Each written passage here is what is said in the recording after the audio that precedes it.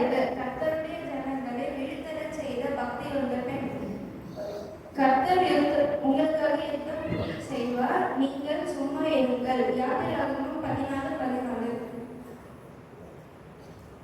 பாடம் 2.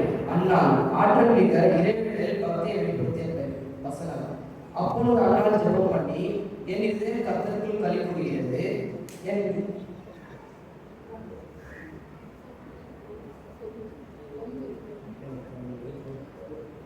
என் கொம்பு கர்த்தருக்குள் உயர்ந்திருக்கிறது, என் பகைவருக்கு என் வாய் திறந்திருக்கிறது, உம்முடைய ரட்சிப்பினாலே களி கூறுகிறேன்.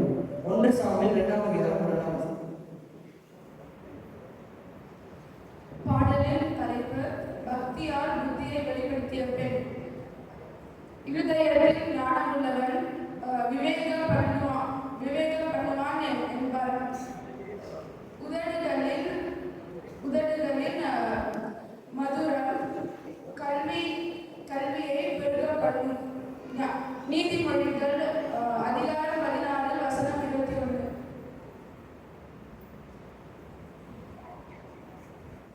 அந்நியரை உபசரிக்க மாட்டார்கள், அதனாலே சிலர் அறியாமல் தேவதூதரை உபசரித்தது. எபிரேயர் 13:2.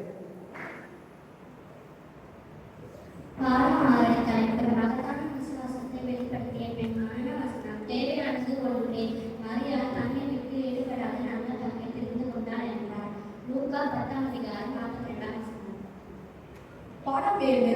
தலைப்பு பிரிஸ்கில்லா அர்ப்பணித்து ஒளி வீசிய பக்தி உள்ள பெண். மனத வசனம். நீயும் எல்லாவற்றிலும் மனத்தில்